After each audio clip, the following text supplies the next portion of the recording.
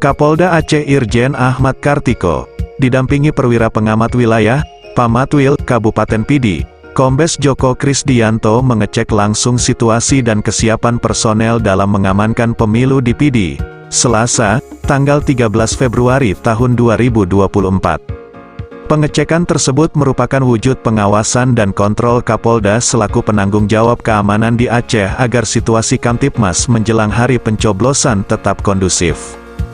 Hari ini, Kapolda Aceh, Dirintelkam, dan Dansat Brimob turun langsung ke Pidi untuk melihat secara faktual kesiapan pengamanan pemilu, kata Joko Krisdianto, dalam keterangannya, usai kegiatan berlangsung.